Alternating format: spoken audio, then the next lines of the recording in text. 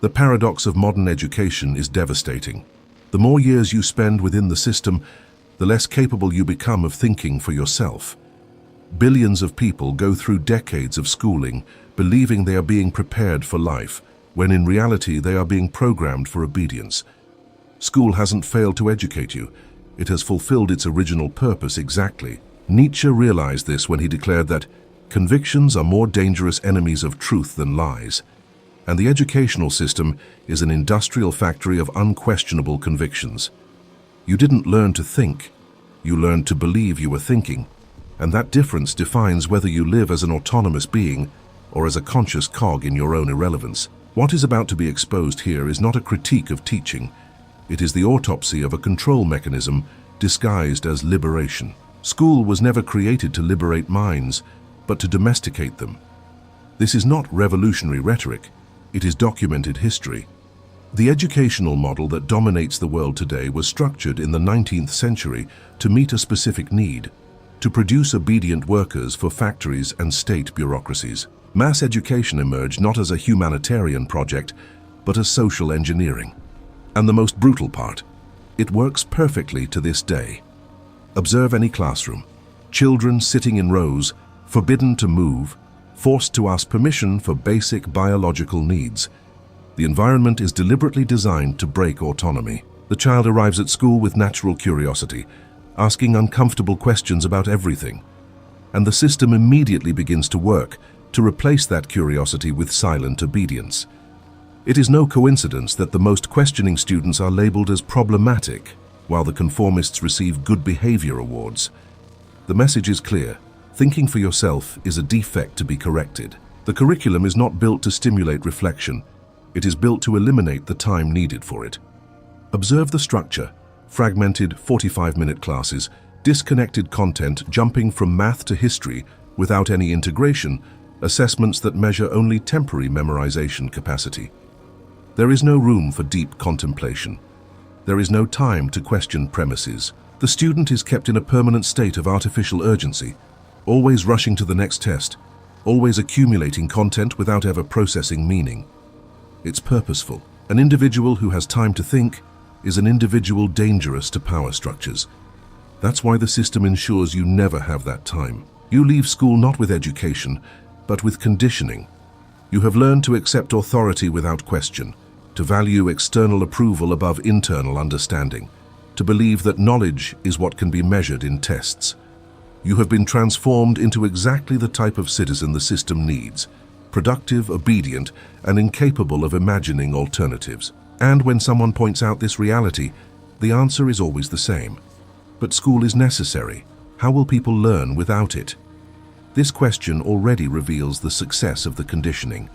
School has taught you that learning can only happen within authorized institutions, under the supervision of accredited authorities, following approved curricula. It has eliminated your confidence in the natural human capacity to learn, the same capacity that made you master language before the age of 3 without any formal lessons. The system has convinced you that without it, you would be ignorant.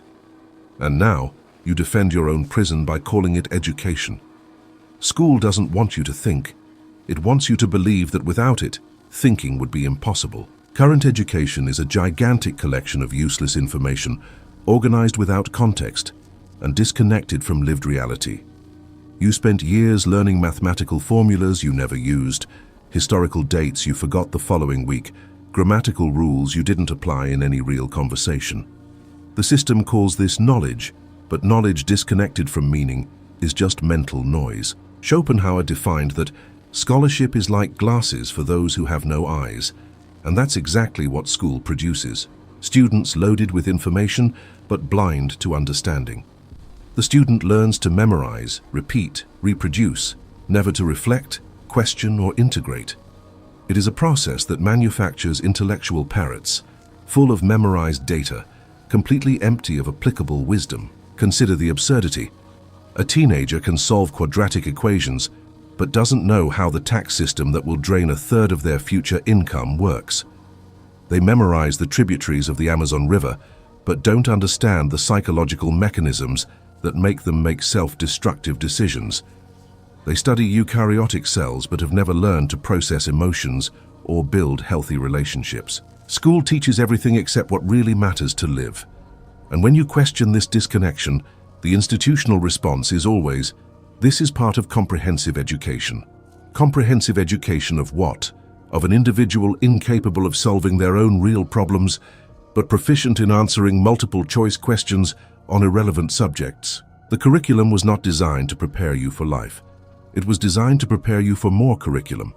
You study to pass the test to advance to the next grade, advance to the next grade to take the college entrance exam, take the college entrance exam to enter university, and at university more of the same, accumulate credits, take tests, write papers that no one will read, receive the diploma. At no point in this process did you develop the real ability to think critically about your own existence. The educational system does not differentiate information from knowledge, and this confusion is intentional. Information is what goes into your head. Knowledge is what transforms how you act in the world. School stuffs you with information and calls it education. But you can memorize the entire periodic table and still be a functional idiot in the decisions that really define your life.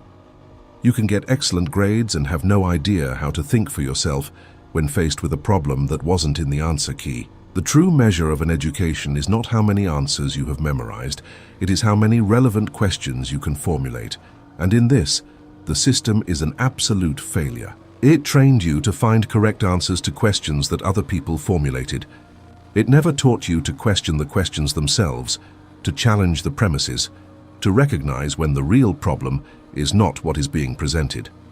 You leave school like a computer full of corrupted files, data taking up mental space, but no functional program to process reality. The modern educator is the greatest victim of the system he himself perpetuates. He entered the profession believing he would shape free minds, inspire critical thinking, and make a difference in students' lives. The reality? He has become a bureaucratic employee, fulfilling institutional demands.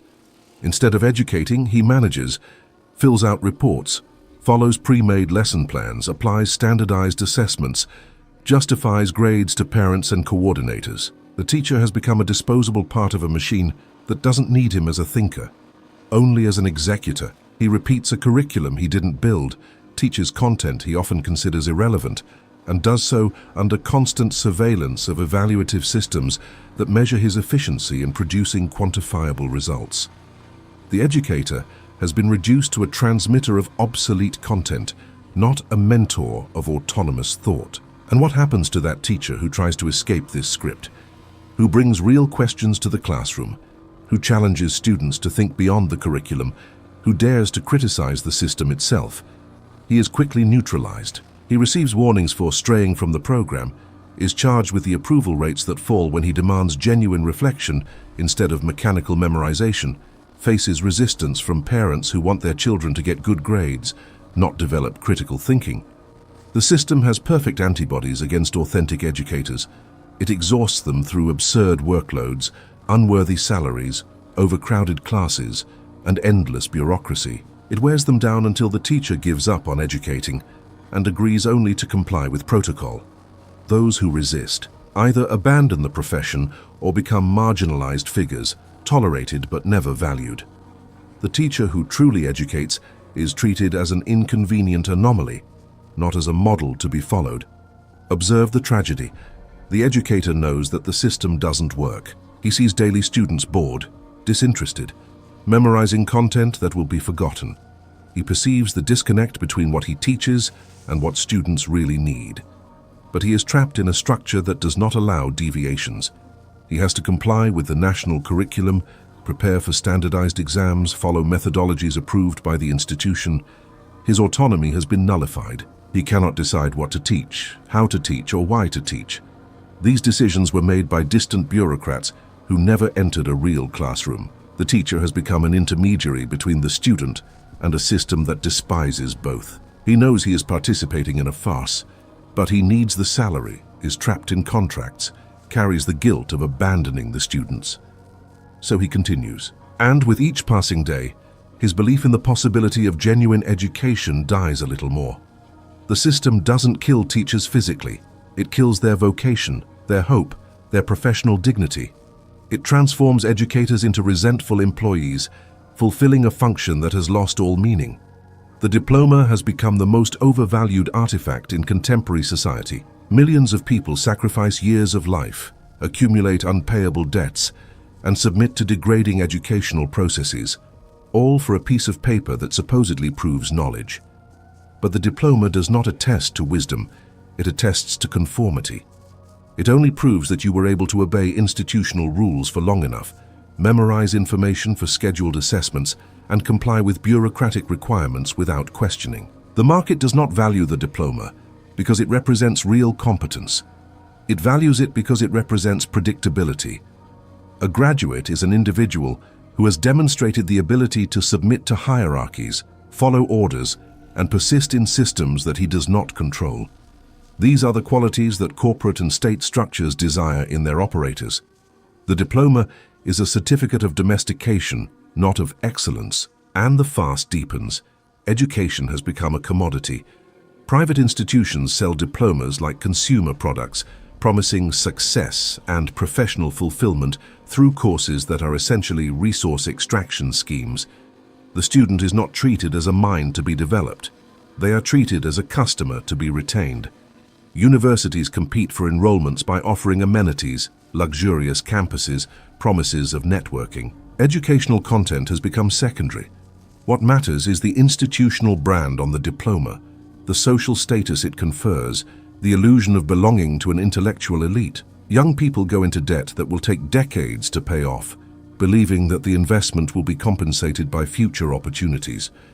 The reality. Most graduate and discover that the market is saturated with graduates. The piece of paper that should guarantee social advancement has become just a minimum requirement to compete for mediocre positions. The diploma has lost market value, but has maintained its inflated price. It's a bubble that no one dares to burst because the entire system depends on the collective belief that that piece of paper is worth something. Consider the perversity of the mechanism. The more people who have diplomas, the less value each individual diploma has, but the system responds by creating more levels of credentialism. A bachelor's degree is no longer enough. Get a specialization. Specialization has become common. Get a master's degree. Master's degrees have become widespread. Get a doctorate. It's an educational arms race where no one wins, but no one can stop running because falling behind means exclusion. And meanwhile, self-taught individuals who have developed real skills without going through formal institutions are systematically excluded from opportunities because they do not have the certifying paper. The market doesn't want to know if you are competent. It wants to know if you have credentials. Society has built a secular religion around the diploma.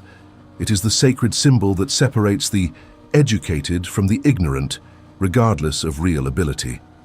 And like all religions, it is sustained by collective faith, not by evidence of functionality. The diploma is the new opiate of the masses. It keeps millions anesthetized, believing that their sacrifice has meaning, while fueling an industry that profits from this illusion. From the earliest years, the individual is conditioned for a single function: to serve. School does not teach autonomy.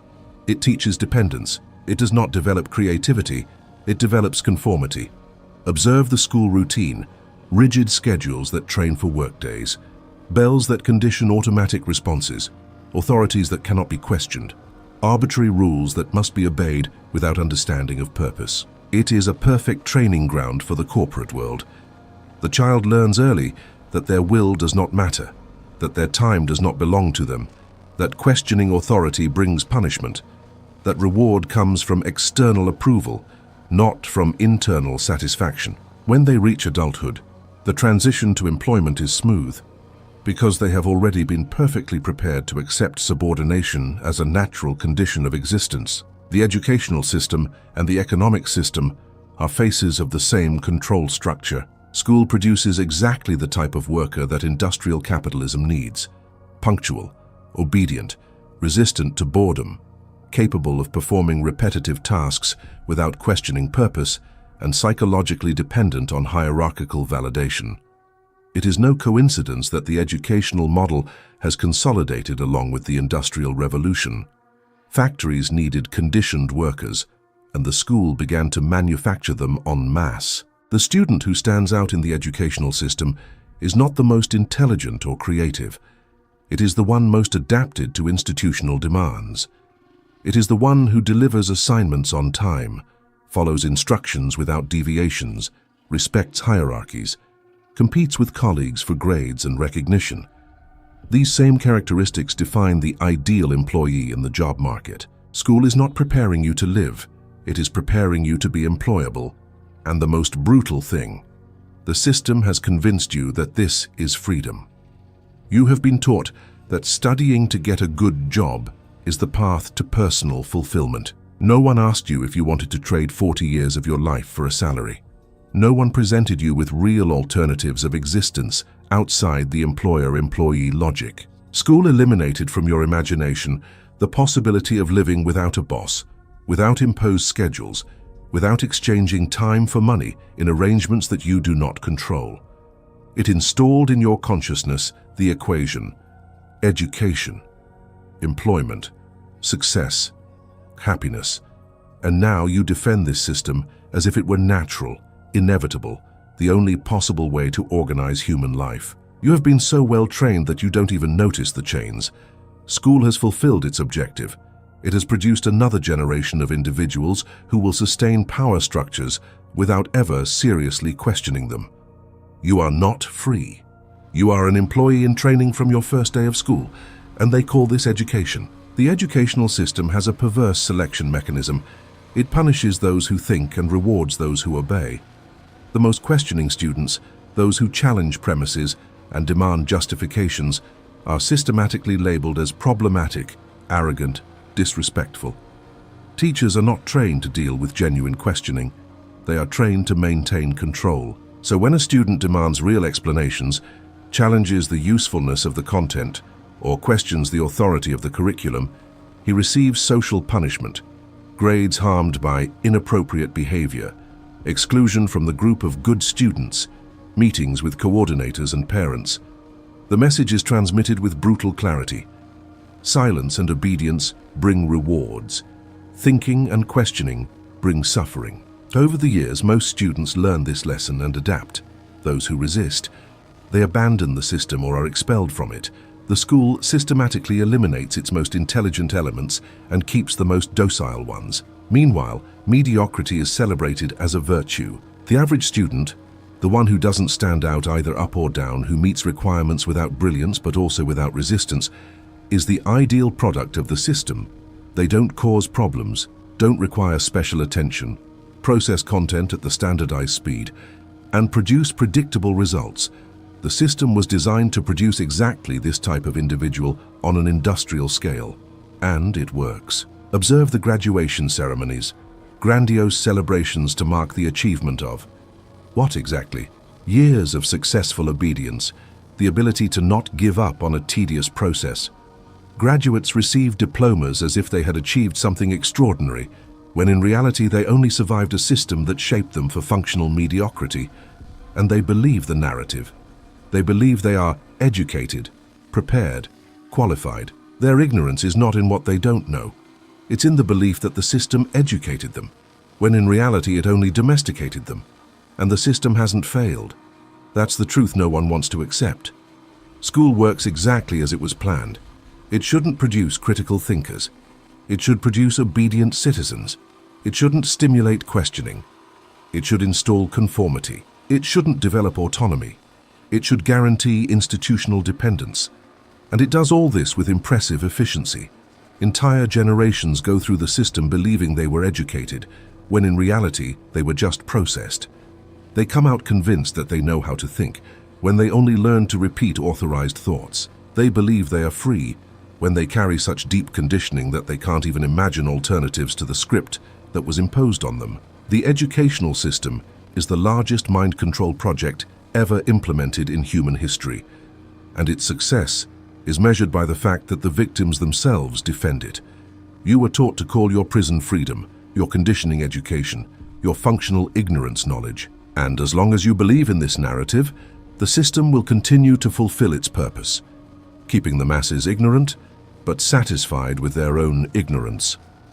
That's the complete farce of modern education. Before we say goodbye, Can you identify at what point in your school life you realized you were being molded instead of educated? If this message touched your heart, type in the comments, "The system does not define me."